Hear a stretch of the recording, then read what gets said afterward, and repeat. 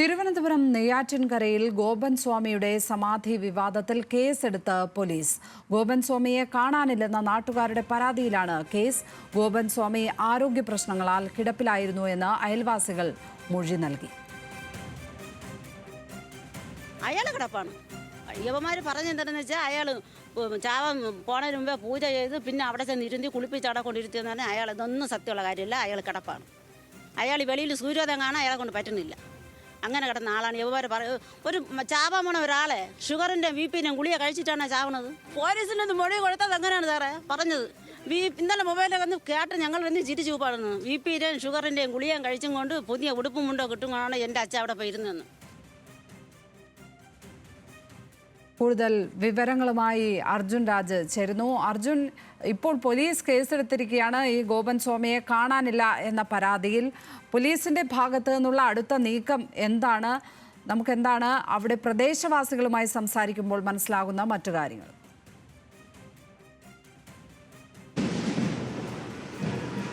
ലക്ഷ്മി, ഇക്കാര്യത്തിൽ ഒരു നിർണായകമായിട്ടുള്ള നടപടികളിലേക്ക് കടക്കുകയാണ് പോലീസ്. കേസെടുത്ത് അന്വേഷണം ആരംഭിച്ചിരിക്കുകയാണ്. ഗോപൻ സ്വാമിയെ കാണാനില്ലെന്ന നാട്ടുകാരുടെ പരാതിയുടെ അടിസ്ഥാനത്തിലാണ് ഇപ്പോൾ അന്വേഷണം കേസെടുത്ത് തുടങ്ങിയിരിക്കുന്നത്. സ്വാഭാവികമായും ഇനി അടുത്ത നടപടിയായി പോലീസിന് മുന്നിലുള്ളത് ഈ ഗോപൻ സ്വാമിയെ സമാധി ചെയ്തു എന്ന് പറയുന്ന സ്ഥലത്ത് കൂടുതൽ പരിശോധന നടത്തുകയാണ്. അവിടെ അദ്ദേഹത്തെ അടക്കിയെന്നാണ് മകൻ നൽകിയ മൊഴി. അതിന്റെ അടിസ്ഥാനത്തിൽ ഈ പറഞ്ഞ സ്ഥലം പൊളിച്ച് പരിശോധന നടത്താനാണ് പോലീസ് ശ്രമിക്കുന്നത്. പോലീസ് കഴിഞ്ഞ ദിവസം കളക്ടർക്ക് നൽകിയ റിപ്പോർട്ടിലും ഇതിൽ കൂടുതൽ അന്വേഷണം വേണ്ടതുണ്ട്, അതിൽ ഈ പറയുന്ന സ്ഥലത്ത് ഉൾപ്പെടെ പരിശോധന നടത്തണമെന്നൊരു ആവശ്യം കളക്ടർക്ക് മുന്നിൽ വെച്ചിരുന്നു. അതിന്റെ അടിസ്ഥാനത്തിൽ കളക്ടറുടെ ഉത്തരവിന്റെ അടിസ്ഥാനത്തിലായിരിക്കും ഇനി ഈ പറയുന്ന സമാധി സ്ഥലം പൊളിച്ച് അവിടെ മൃതദേഹമുണ്ടെങ്കിൽ അത് പുറത്തെടുത്ത് കൂടുതൽ അന്വേഷണം പോലീസ് നടത്തുക. അതിന് ആത്യന്തികമായി കളക്ടറുടെ റിപ്പോർട്ടിന്റെ അടിസ്ഥാനത്തിൽ മാത്രമായിരിക്കും അത് നടപ്പാക്കാൻ കഴിയുക. അത് ഇന്നല്ലെങ്കിൽ നാളെ കളക്ടറുടെ ഉത്തരവ് ഉണ്ടാകുമെന്നാണ് മനസ്സിലാക്കുന്നത്.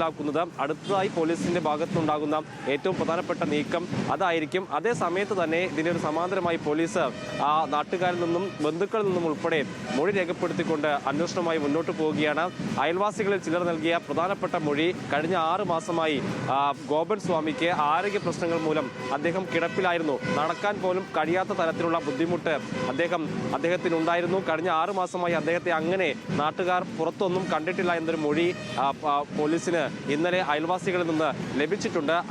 ആ കാര്യം ഇതിൽ നിർണായകമാണ്. കാരണം മകൻ പറഞ്ഞതിന്റെ അനുസരിച്ച് അച്ഛൻ സമാധി സമയം അറിയിക്കുകയും അതിനുശേഷം അദ്ദേഹം ഈ പറയുന്ന സ്ഥലത്തേക്ക് നടന്നു പോയി ആ സ്ഥലത്ത് ധ്യാനത്തിനിരുന്ന് 11:30 സമാധിയായി. അങ്ങനെയാണ് മകൻ നൽകിയ മൊഴി. പക്ഷേ നടക്കാൻ കഴിയാത്ത കിടപ്പിലായ ഒരാൾ എങ്ങനെ പിന്നീട് നടന്നു പോയി അവിടെ പോയി സമാധി ഇരിക്കുമെന്നുള്ള കാര്യത്തിൽ എന്തായാലും അവ്യക്തത ഉണ്ട്. അക്കാര്യത്തിലൊരു അന്വേഷണമായിരിക്കും ഈ കേസിലെ ഏറ്റവും നിർണായകമായിട്ടുള്ളത്. കാരണം ഗോപൻ സ്വാമിയുടെ മരണം എങ്ങനെയാണ് സംഭവിച്ചത്, അതെങ്ങനെ സ്ഥിരീകരിച്ചു എന്നതുൾപ്പെടെയുള്ള കാര്യങ്ങളിലൊക്കെ ഇപ്പോഴും അവ്യക്തതയുണ്ട്. അച്ഛൻ സമാധിയായി ധ്യാനത്തിനിരുന്ന സമയത്ത്, അതായത് അദ്ദേഹം മരിച്ചു എന്ന് ഉറപ്പിച്ച് താനാണ് പിന്നീട് സ്ലാബ് ഇട്ട് മൂടിയതെന്ന് പറയുന്നു മകൻ. പക്ഷേ അത് എങ്ങനെയാണ് സ്ഥിരീകരിക്കുന്നത് ഉൾപ്പെടെയുള്ള കാര്യങ്ങളൊക്കെ നമുക്ക് ഇക്കാര്യത്തിലൊക്കെ അവ്യക്തത ഉണ്ട്.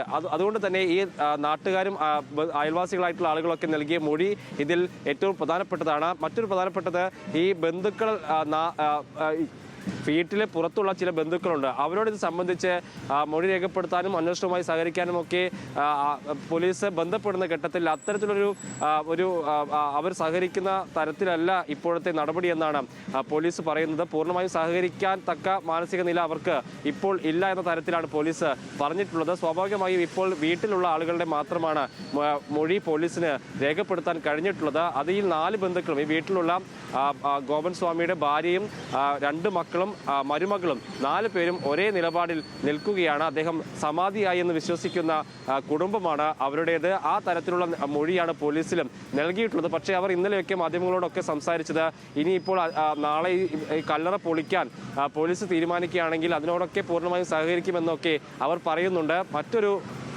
തരത്തിൽ വിശ്വസിക്കുകയും പ്രവർത്തിക്കുകയും ഒക്കെ ചെയ്യുന്ന ആളുകളായിട്ട് വേണം അവരെ കാണാൻ. എന്തായാലും ഇക്കാര്യത്തിൽ പോലീസ് കടുത്ത നടപടികളിലേക്ക് കടക്കും. വൈകാതെ തന്നെ കളക്ടറുടെ ഉത്തരവിന്റെ അടിസ്ഥാനത്തിൽ ഈ കല്ലറ പൊളിച്ച് ആ മൃതദേഹം പുറത്തെടുത്തുള്ള നടപടികളൊക്കെ പോലീസിന്റെ ഭാഗത്തുനിന്ന് ഉണ്ടാകും. മരണകാരണം അറിയാൻ പോസ്റ്റ്മോർട്ടം ഉൾപ്പെടെയുള്ള കാര്യങ്ങളൊക്കെ ചെയ്യേണ്ടി വരും. അതൊക്കെ ഈ കളക്ടർ ഉത്തരവിടുന്നതിന്റെ അടിസ്ഥാനത്തിലായിരിക്കും. ആ ഉത്തരവ് ഇന്നല്ലെങ്കിൽ നാളെ ഉണ്ടാകുമെന്നാണ് പ്രതീക്ഷിക്കുന്നത്. ലക്ഷ്മി. അർജുൻ രാജാണ് വിശദാംശങ്ങൾ പങ്കുവച്ചത് നെയ്യാറ്റിൻകരയിൽ നിന്ന്.